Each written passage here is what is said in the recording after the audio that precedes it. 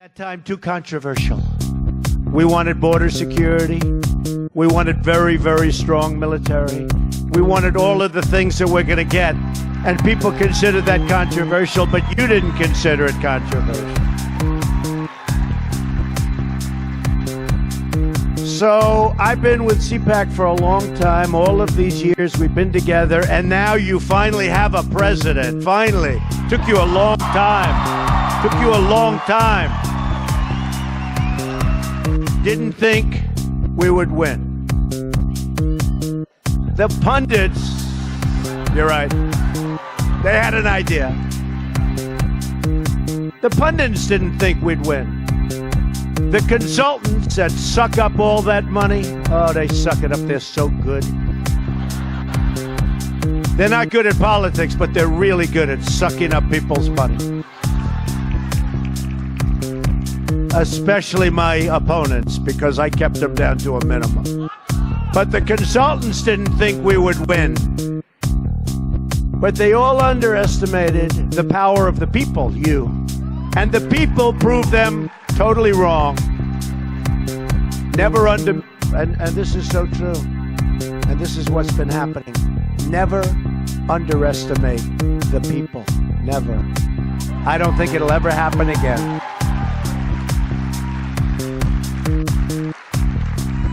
And I want you all to know that we are fighting the fake news. It's fake, phony, fake.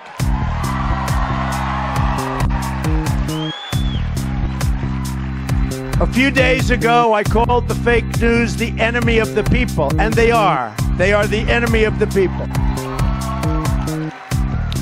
Because they have no sources, they just make them up when there are none. I saw one story recently where they said 9 people have confirmed. There are no 9 people. I don't believe there was 1 or 2 people. 9 people. And I said, give me a break, because I know the people. I know who they talk to. There were no 9 people, but they say 9 people. And somebody reads it, and they think, oh, 9 people, they have 9 sources. They make up sources. They're very dishonest people. In fact, in covering my comments, the dishonest media did not explain that I called the fake news the enemy of the people, the fake news. They dropped off the word fake. And all of a sudden, the story became the media is the enemy. They take the word fake out. And now I'm saying, oh, no, this is no good. But that's the way they are. So I'm not against the media. I'm not against the press. I don't mind bad stories if I deserve them. And I tell you, I love good stories, but we won't talk. I don't get too many of them. But I am only against the fake news, media, or press. Fake. Fake. They have to leave that word. I'm against the people that make up stories and make up sources. They shouldn't be allowed to use sources unless they use somebody's name. Let their name be put out there. Let their name be put out. A source says that Donald Trump is a horrible, horrible human being. Let him say it to my face. Let there be no more sources. And remember this, and not all in all cases. I mean, I had a story written yesterday about me in Reuters by a very honorable man. It was a very fair story. There are some great reporters around. They're talented, they're honest as the day is long. They're great. But there are some terrible, dishonest people. And they do a tremendous disservice to our country and to our people. A tremendous disservice. They are very dishonest people, and they shouldn't use sources. They should put the name of the person. You will see stories dry up like you've never seen before. So you have no idea how bad it is, because if you are not part of the story, and I put myself in your position sometimes, because many of you, you're not part of the story. And if you're not part of the story, you know, then you sort of know. If you are part of the story, you know what they're saying is true or not. So when they make it up, and they make up something else, and you saw that before the election, polls. The polls, they come out with these polls, and everybody was so surprised. Actually, a couple of polls got it right. I must say, Los Angeles Times did a great job. Shocking, because, you know, they did a great job. Everybody was so surprised. Actually, a couple of polls got it right. I must say, Los Angeles Times did a great job. Shocking, because, you know, they did a great job. And we had a couple of others that were right. But generally speaking, I mean, I can tell you the network. Somebody said, a poll came out. And I say, what network is it? And they'll say a certain, let's not even mention names, right? Show it.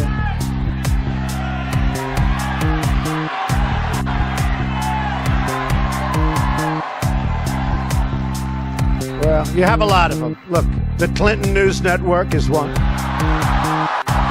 Yes, look at ABC also. Look at NBC. Take a look at some of these polls. They're so bad, so inaccurate. And what that does is it creates a false narrative. It creates like this narrative that's just like, we're not going to win. And people say, oh, I love Trump, but you know, I'm not feeling great today. He can't win, so I won't go and vote. I won't go and vote. It creates a whole false deal. And we have to fight it, folks. We have to fight it. They're very smart, they're very cunning, and they're very dishonest. So just to conclude, I mean, it's a very sensitive topic, and they get upset when we expose their false stories. They say that we can't criticize their dishonest coverage because of the First Amendment. You know, they always bring up the First Amendment. And I love the First Amendment. Nobody loves it better than me.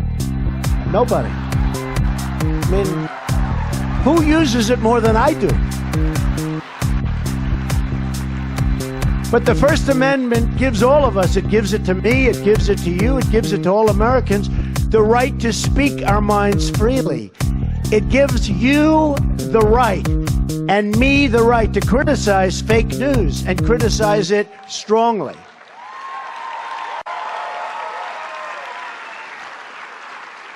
And many of these groups are part of the large media corporations that have their own agenda, and it's not your agenda, and it's not the country's agenda, it's their own agenda. They have a professional obligation as members of the press to report honestly. But as you saw throughout the entire campaign, and even now, the fake news doesn't tell the truth. Doesn't tell the truth. So just in finishing, I say it doesn't represent the people. It never will represent the people. And we're going to do something about it because we have to go out and we have to speak our minds and we have to be honest. Our victory was a win like nobody has ever seen before. Conservative values. And our victory was a win for everyone who believes it's time to stand up for America, to stand up for the American worker, and to stand up for the American flag. Yeah, there we should stand up. Come on. What this movement means for the future of the Republican Party and for the future of America.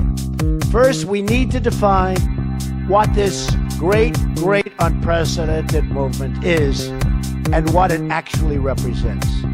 The core conviction of our movement is that we are a nation that put and will put its own citizens first.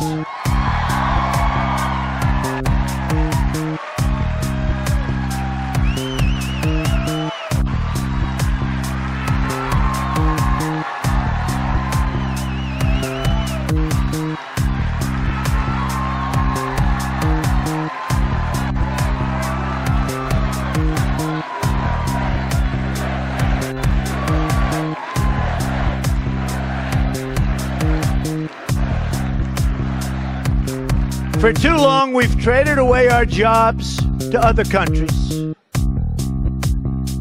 So terrible. We've defended other nations' borders while leaving ours wide open. Anybody can come in. Oh, we're going to build the wall. Don't worry about it. We're building the wall. We're building the wall. In fact, it's going to start soon. Way ahead of schedule. Way ahead of schedule.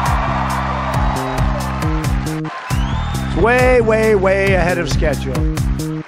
It's going to start very soon. General Kelly, by the way, has done a fantastic job. Fantastic job he's done. And remember, we are getting the bad ones out. These are bad dudes. We're getting the bad ones out. Okay? We're getting the bad. If you watch these people, it's like, oh, gee, that's so sad. We're getting bad people out of this country. People that shouldn't be, whether it's drugs or murder or other things. We're getting bad ones out. Those are the ones that go first. And I said it from day one. Basically, all I've done is keep my promise.